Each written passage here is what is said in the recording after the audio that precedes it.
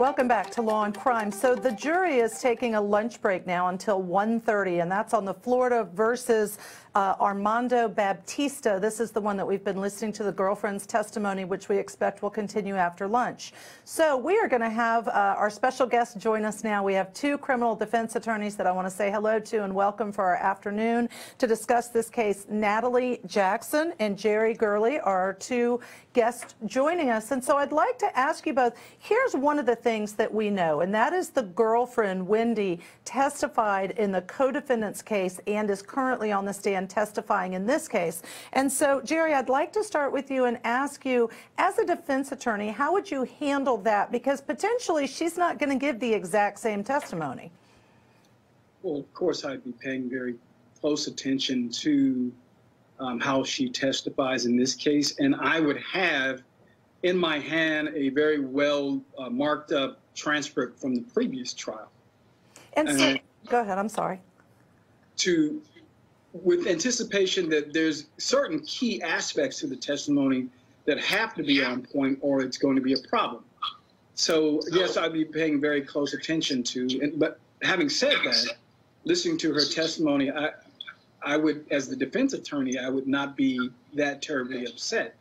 Because one of the things that just happened there was at the very end of the prosecution's questions, they asked, can you identify the person? Do you see that person in the courtroom? And she said that she could not. I think that's pretty significant. Yeah, right. And so she did say at the scene she saw the teeth and the person's back. So let me ask you, Natalie, how would you as a defense attorney utilize that specific testimony that Girley just pointed out that, no, I can't identify the defendant? Wow, Ashley, I thought that was very striking that she said that because, I mean, obviously you have to identify the defendant. It wouldn't be used, I don't think, for a jury. I think that you would use it as a JOA, a judgment of acquittal, and ask a judge to make a decision on that. I will tell you, this testimony has been explosive. And you asked about the different testimony of the girlfriend, because obviously she's testified in 2 trials now, but there's also been depositions. There's probably been a statement from the police officer, the investigating state. So the defense has like a whole fertile ground to really cross-examine her. This cross-examination is going to be brutal for her. I think it is too. Now, here's what I really wonder. Do you think the prosecution expected that she was going to say, oh, no, I can't identify the person at all? I mean, let me start with you, Natalie. Do you think that the prosecution's like, oh, crud, that's not what we expected? No, they didn't expect it at all. That was a gift for the defense. So, I mean, really, this is going to be really, really interesting. That her testimony is so ripe for just to be torn apart, right down to the solo cup. Right, the solo cup. So, Girley, tell me about the solo cup. How would you utilize that in your defense? I'm not sure how I would use the solo cup. There are other things that I think that would be helpful to the defense. I mean, just the questions that I heard and the responses that I heard, where she seems to suggest that her boyfriend had the opportunity to return to the car but refused to return to the car. He was on top of the passenger. The passenger was on his back. These images give rise to a cogent and culpable claim for self-defense. So I would be feeling not cocky, but comfortable if that was the line of testimony in the case that I was defending. All right, so stay tuned. We're going to continue to talk with our guests about this trial, and it is really exciting. The defense is going to get an opportunity to cross-examine. We'll see how that goes. And right now, we're going to have our top crime stories. Today's top crime stories trending on lawandcrime.com and across the country. A man in Florida is under arrest for a burglary earlier this year after authorities were able to link his DNA to the crime thanks to cigarette butts and a pot of coffee the suspect reportedly enjoyed before leaving the scene of the crime. 32-year-old James Dexter Jackson was positively identified as the culprit of a burglary at Regional Utilities after reportedly brewing a pot of coffee and enjoying a smoke in the middle of his break-in. Jackson, who was already facing unrelated grand theft auto and burglary charges, now faces additional charges. A homeless man in California is under arrest after reportedly trying to steal a bus full of school children and allegedly yelled at the driver that he wanted to take them to see Jesus. 47-year-old Christopher Martinez reportedly hopped aboard a bus with 41 students from Reagan Elementary School coming back from a science camp. Martinez eventually left the bus after grabbing the driver by the collar and was arrested at the scene by authorities. He now faces charges of attempted kidnapping and attempted carjacking. A man in Florida is facing charges after he reportedly confessed to authorities that he killed his roommate and dismembered his body because he feared he would possibly become a mass killer. 52-year-old Eric DaCosta of Fort Lauderdale allegedly confessed to killing 42-year-old Paul Stephen Darmetko, claiming the victim had become increasingly violent over the past 5 years due to undiagnosed mental illness and cocaine use. DaCosta admitted to shooting Darmetko in the back of the head and dismembering his body, allegedly as a way to protect society from the next mass killer. DaCosta now faces charges of premeditated murder and abuse of a dead body. Those were today's top crime stories. I'm Anthony Velez for Law and Crime. Thank you, Anthony Velez. And let's talk about that boy. Talk about taking justice into your own hands. The 52-year-old man in Florida who shot his roommate in the back of the head and dismembered him because he said he was going to be a mass killer. Now let's talk about this one just really briefly. Jerry, I'm going to start with you. What defense could he possibly have having shot him in the back of the head and dismembered him? Absolutely none. Insanity, maybe. I mean, it's remarkable. It's striking that he would even be going to trial in a case of this nature. He talks about the fact that his roommate had mental health issues that were undiagnosed. My immediate thought would be, no, actually, that probably was you, sir. You had the problem. So I can't imagine a defense. This is not, in my thinking, a triable case, but here we are, so we'll see. Right. And, you know, I get that perhaps his roommate did have a mental illness, perhaps he had threatened, but obviously the right thing to do is report that and not take justice in your own hands. Natalie, can you think of any other defense that you would raise or a defense that you would raise for this particular defendant in this case? I can't. I think that it would be insanity, some sort of mental illness or debilitation because of drug use. I don't know I don't know exactly what his thinking was, but this is a horrible story, and it really is, it's a problem that we need to deal with mental illness in the United States because these things happen. Absolutely. I'm sorry to interrupt you. I didn't mean to, but I completely agree with you because we do have so many mental health needs for people throughout the country. We are now going to return to opening statements by the prosecution. And again, this is in Florida versus Baptista. This is the one in which he is a co-defendant and he is charged with manslaughter with a weapon for stabbing the victim, Muhammad Knight, to death. And this happened in 2014. So let's now join with the prosecution's opening statement in this case. So there you heard exactly what the defense's argument is, self-defense. They are claiming that the victim in this case, Muhammad Knight, started this and that the actual defendant in this particular case never even got out of the car. So I want to bring in again my special guests, Natalie Jackson and Jerry Girley, both defense attorneys. Thanks again for joining us this afternoon. So one of my questions is, we know that we have the girlfriend who is a witness who was present and is currently testifying on the stand in this case. Are there any other eyewitnesses that you're aware of? And if there are no other eyewitnesses, who can say or who's to say that what her summary of the case is exactly what happened? And Natalie, let me start with you first. Well, the driver, he was a witness, so it'll be interesting to see what happens. He's already had his trial, so it'll be interesting to see what happens and, if they call him and who calls him, the defense or the prosecution. Jerry, any other thoughts in terms of, and I'm sorry, Natalie, I did it to you again. Let me let you finish your thoughts. Okay. Armando, do you have any other thoughts on the evidence and how they're going to present evidence against what the girlfriend's saying in this case? Well, I listened very carefully to what the girlfriend said. And quite frankly, her testimony is more in line with what the defense is claiming is their theory of the case. You cannot get away from the fact that the defendant was in his car, or he was a passenger in the car. The confrontation was initiated by Knight getting out of his car and coming up and confronting him. So those are the objective facts. Those are not in dispute. It certainly sets forth a good foundation for a self-defense claim. All right, it is going to be interesting to hear the defense cross-examination of the girlfriend. So we're going to take a short break, and I hope to come right back to Law and Crime.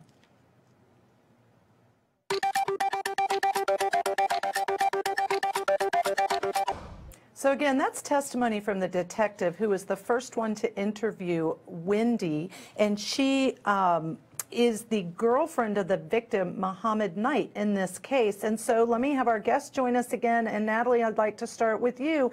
So this is really the third version of what Wendy, the girlfriend, says happened. She told the detective, she testified in a co-defendants, and then she also is testifying in this particular case. Again, is the devil in the details? Are the little details going to trip her up because nobody can remember how to say everything exactly word for word? Right. The devils are in the detail. And here we have a detective who says when he first got to the scene, her first statement was that the victim exited his vehicle and a fight ensued. So there was no details there.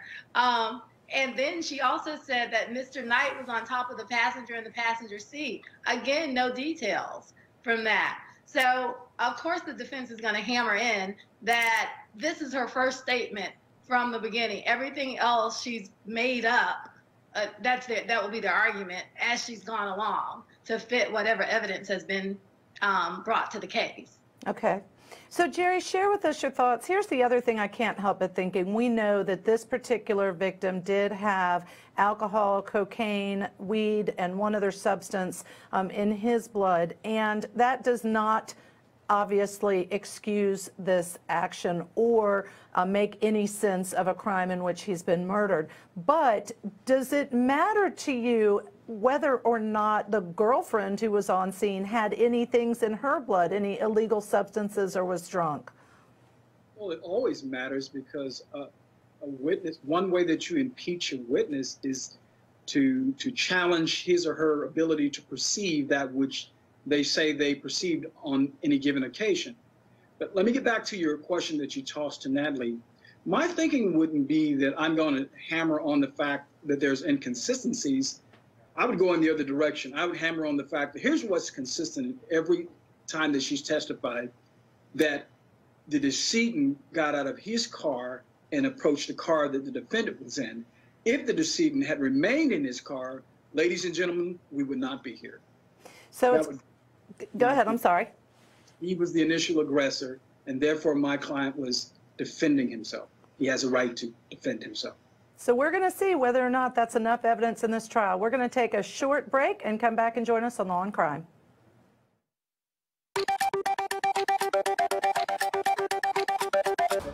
So that was cross-examination of the detective who was first on the scene and first spoke with the victim's girlfriend, Wendy. And after speaking with her, I'm going to turn to my guests again. Natalie, let me start with you on this case in the cross-examination. And how do you feel like it was effective or not? And what did you note about that cross-examination?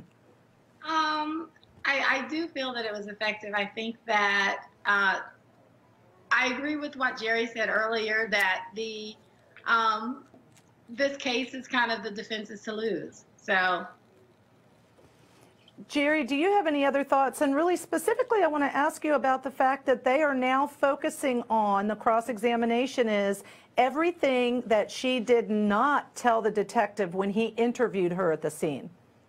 Right, and I agree with Natalie that, in fact, this is a very effective cross-examination because what the prosecution is doing is essentially what we call impeaching testimony of the girlfriend by pointing out all of the things, the details that were not offered initially when she first talked to the detective, when the information was fresh in her mind. Beyond that, 2 days later, 5 days later, 6 months later, one would think that you would not be as fresh in terms of the details. So it's very important to point out that at close to the time in which this event occurred, there were not these details. And I think prosecution is doing a great job of pointing that out. Sure, but don't you think, too, she's in shock. She has just seen her boyfriend get murdered. And I think it's important to note, this is not a stranger danger case. It's not a case where they didn't know who these people were and it was random. They all knew each other. And so how much weight is there? And Natalie, I'm going to ask you if you can share your insight on this to the fact that they all knew each other. She's in shock. She just saw her boyfriend get stabbed. She's already described all the blood as a result of the injuries. How does that affect her ability to say anything to law enforcement the night of the crime? Right, of course. And also, what kind of questions did he ask her? So, you know, did he give her a chance to fill out details? Many people don't know. They're not investigators, so they don't know when they're giving a statement to be as specific and, you know, explain everything in that statement, especially right at the moment of a crime. But that is always right. And I'm going to stop you there only because we have a hard break, and I'm sorry to do that, Natalie, but please come back to Law and Crime after this short break.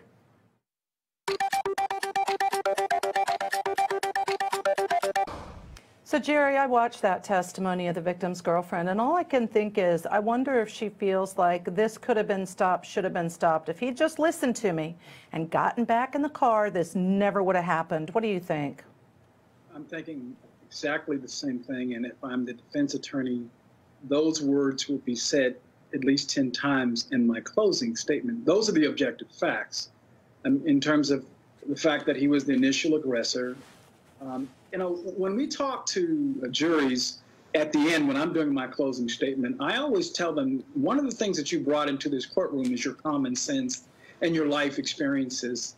If someone's getting out of their car after honking at you at nighttime and it's a party and there's been drinking, your assumption is that they're approaching you to do something aggressive. So it is the objective evidence that if he had not gotten out of his car, or if he had been responsive to his girlfriend's request for him to go back to his car repeatedly, still, very likely none of this would have happened. Right.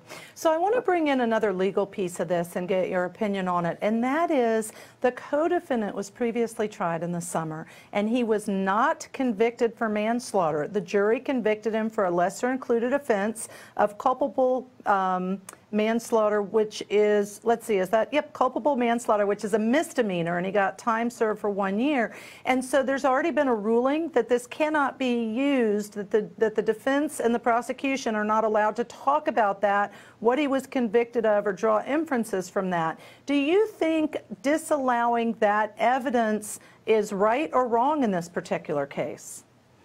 Well, I think it's right, because what the jury has to do is look at the evidence that the state has on this particular defendant. You know, as you know, that there's a rule, it's Rule 403, Federal Rules of Evidence. It's 90.403 in Florida, but it says that if the probative value is substantially outweighed by the risk of unfair prejudice, the jury can't hear it. If the jury hears that another jury has said that this is just culpable negligence, then they're likely to come to the same conclusion. So the jury has to make its decision based upon the state's presentation in this particular case. Oh, I love having you on, Jerry, because it absolutely makes me happy to hear you cite all the rules and law that they have to rely on in trying these cases. We're going to take a short break, and please come back to Law and Crime.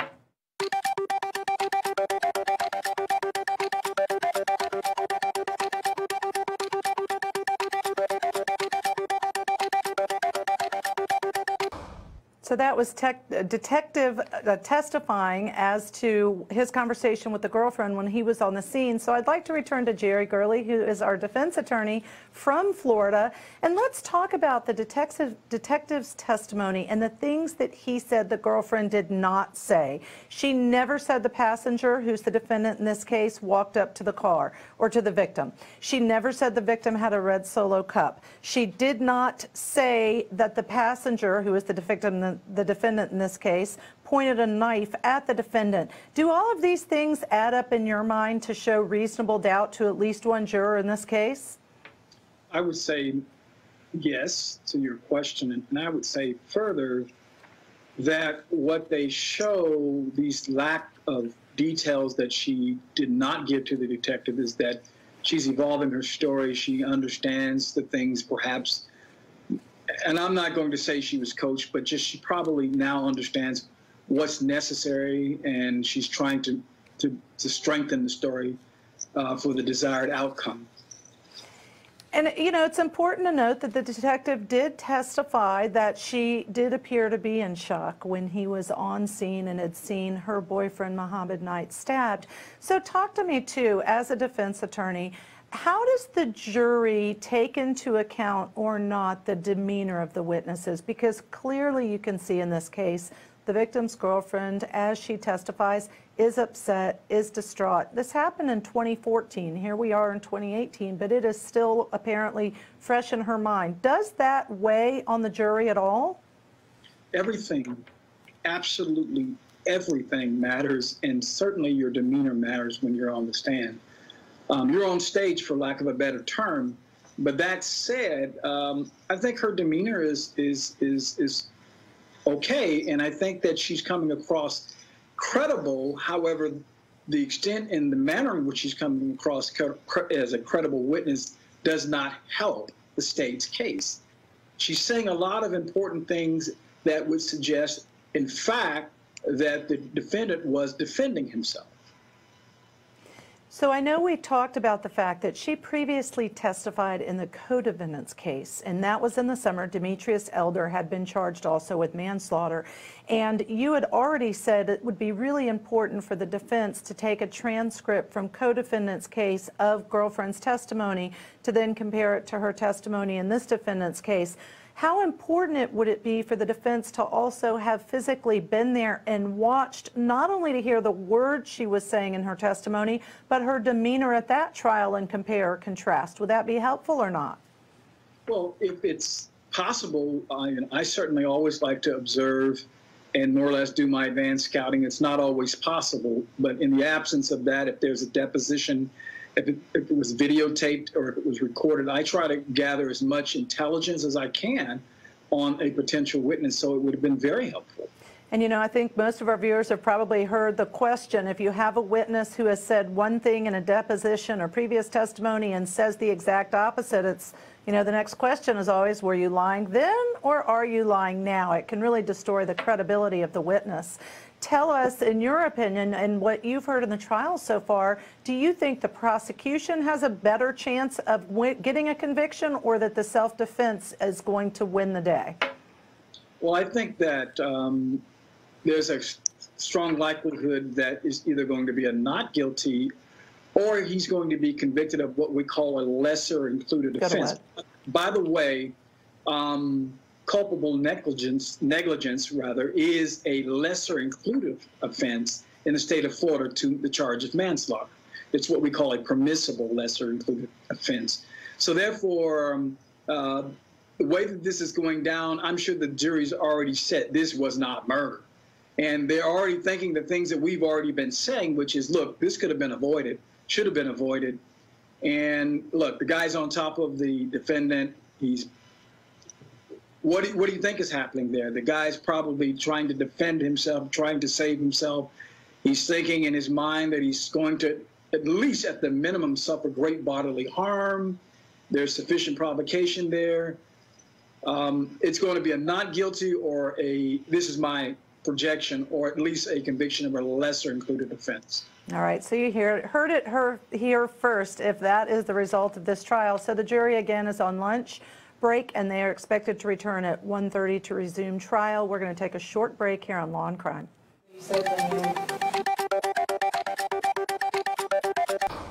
So the cross-examination is now brought out, the defense has brought out that this crime scene technician also was asked to look at the car. And this is the defendant's car. He was the passenger. Baptista was the passenger. Elder was the driver, who was the co-defendant, who was previously tried earlier in the summer. So let's turn Girley, our expert defense attorney in this case, talk about why is the defense asking specifically about whether or not she was asked to dust for fingerprints on the outside of the passenger door? Well, it is strictly to determine objectively where the struggle occurred. It's inside the car, and we're looking for fingerprints of the deceased inside the car. That would suggest, obviously, that the struggle occurred there. If there are no fingerprints of the deceased or any DNA of the deceased, blood, and when I say DNA, I mean also blood, then the struggle happened outside. But I also like to point out two things. You know, there's two theories here. One is the red cup, right? Came there to shake your hand. The other is, no, it came with the bottle. What the crime scene tech says is, I did find broken glass from a bottle, which supports the defendant's theory of the case, but I didn't find a red cup. So those are significant statements coming from this witness. And you know, Jerry, I can't help but say, she said she can't recall if she was asked to get fingerprints from the outside of the car. To me, why wouldn't you get them from the outside of the car as well? But we'll listen to the rest of the evidence and see if that's discussed in testimony. We're going to take a short break, and we will be right back to continue covering the trial. So, boy, this is the defense cross-examining the girlfriend, and they are going after every detail. Jerry, we only have about 30 seconds, but let me just ask you quickly, do you think the defense is doing an effective job with this witness bringing out details? Absolutely. And here's what the defense is doing: making the victim less sympathetic. That's it. And I'm going to stop you there only because we're going to be going to a hard break. Jerry Girley, a defense attorney from Florida, thank you so much for joining today and offering all of your expertise as we try to determine if they're going to get a conviction in this case. Thank you so much for joining us. Viewers, we're going to take a break and then we'll be right back.